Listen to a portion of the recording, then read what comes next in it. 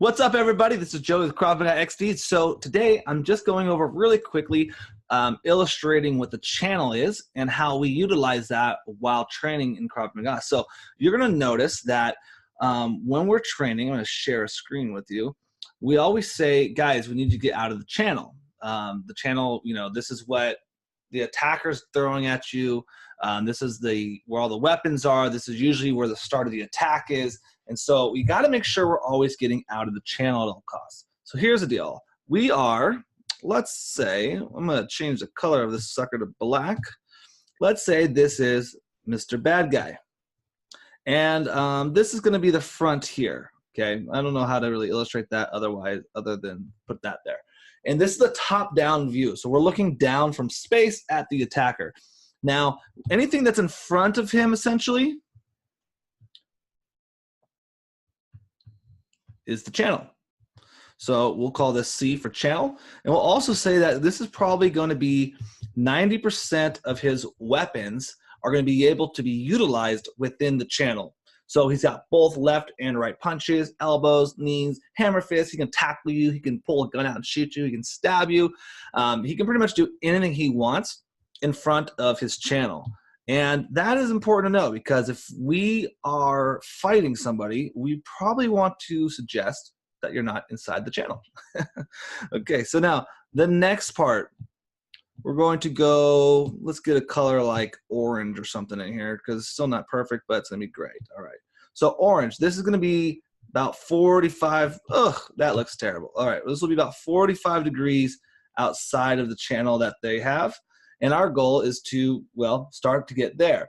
We'll say they have about 60% of their weapons on this side of the channel.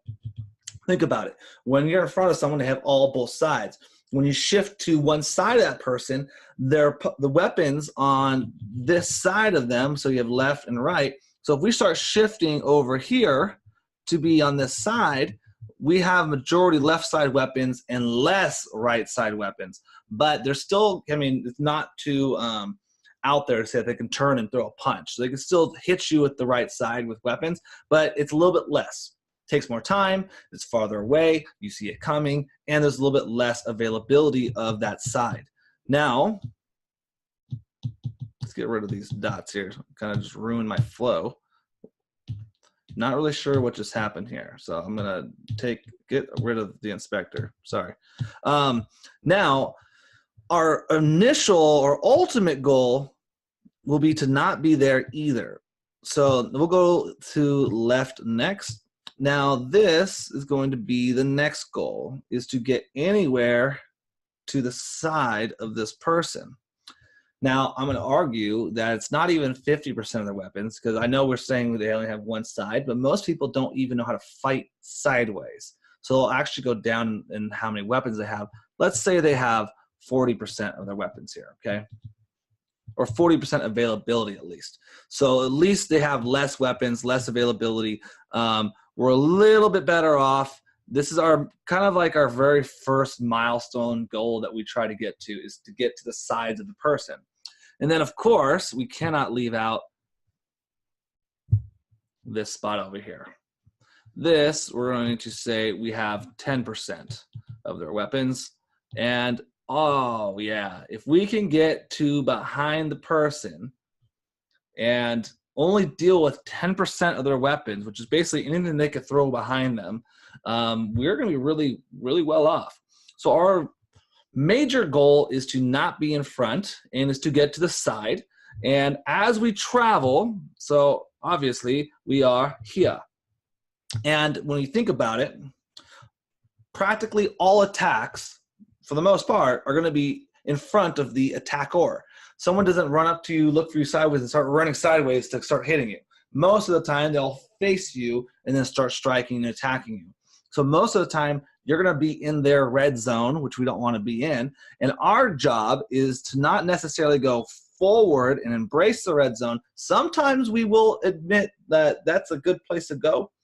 But most of the time, we're trying to cut an angle at about a 45-degree angle to start to travel slowly over here.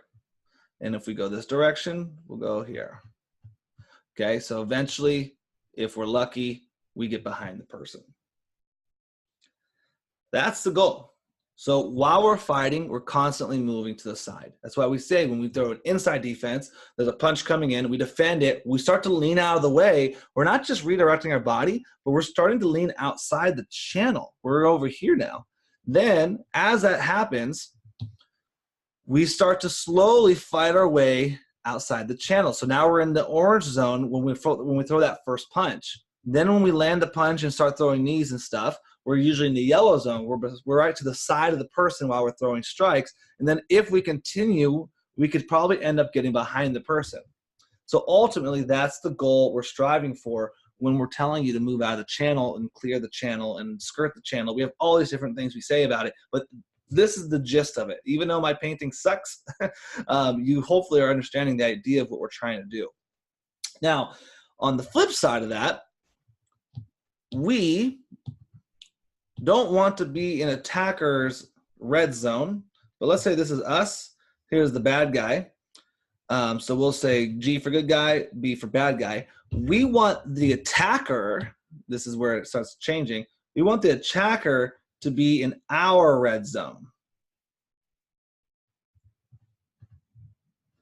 And we want to be in their yellow zone. So obviously you can probably make out why I'm saying this, because this is going to be 90% of our weapons, and this will be about 10% of their weapons. So we want them in our red zone, and we want to be in their green zone. And of course, this is the bad guy's red zone that we don't have to worry about because it's in front of them. Okay? That's the goal. That's ultimately the goal. While we're fighting, we're getting out of the red zone, going into the green zone, putting them in our red zone, and annihilating them until we feel safe. One way to practice this during our warm-ups, little do you know, our warm-ups, the shoulder touching warm-up that we do, is actually a fighting tactic that's designed to help you do this and become an attacker. There's lots of elements of shoulder touching that you guys don't even know you're doing, that you're training yourself to do. Like one is nonstop attacking. One is learning how to defend punches and strikes. The second one, probably the most important one, is to learn how to negotiate the channel. So if you guys are in front of each other and you're just doing both hands, both sides, the whole time, like cats, it's not very beneficial. But if we can get you to start to understand the channel, so you don't want to be in that channel, they don't want to be in your channel, so the whole time you're navigating and you're trying to move around that person, now you're starting to understand the channel and shoulder touching and how to get out of the way. Now, there is one problem. That is, when you're shoulder touching, there's no consequence to your actions. So what I mean is, when you hit somebody in the shoulder, they're not getting knocked out, punch in the throat, broken nose. They're not reacting to the actual problem. So it's harder to get behind them, because the whole time that you're trying to move behind them, they're going to be moving to face you. So you will be facing each other pretty much the whole time in shoulder touching. But the trick is to start learning how to cut angles. So you're driving forward at a 45-degree angle to the left or to the right. The trick is to not go at the 180-degree angle, because that doesn't help us. If we move out this direction, we're now farther from the attacker. So we need to move at the 45-degree angle. So every time we're fighting, we move these directions, just not this direction most of the time.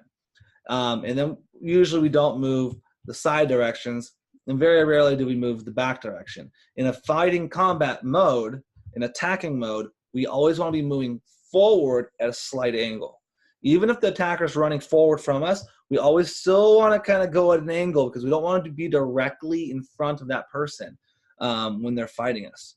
Okay, so that's the quick, brief, Jackson Pollock designed explanation of the channel.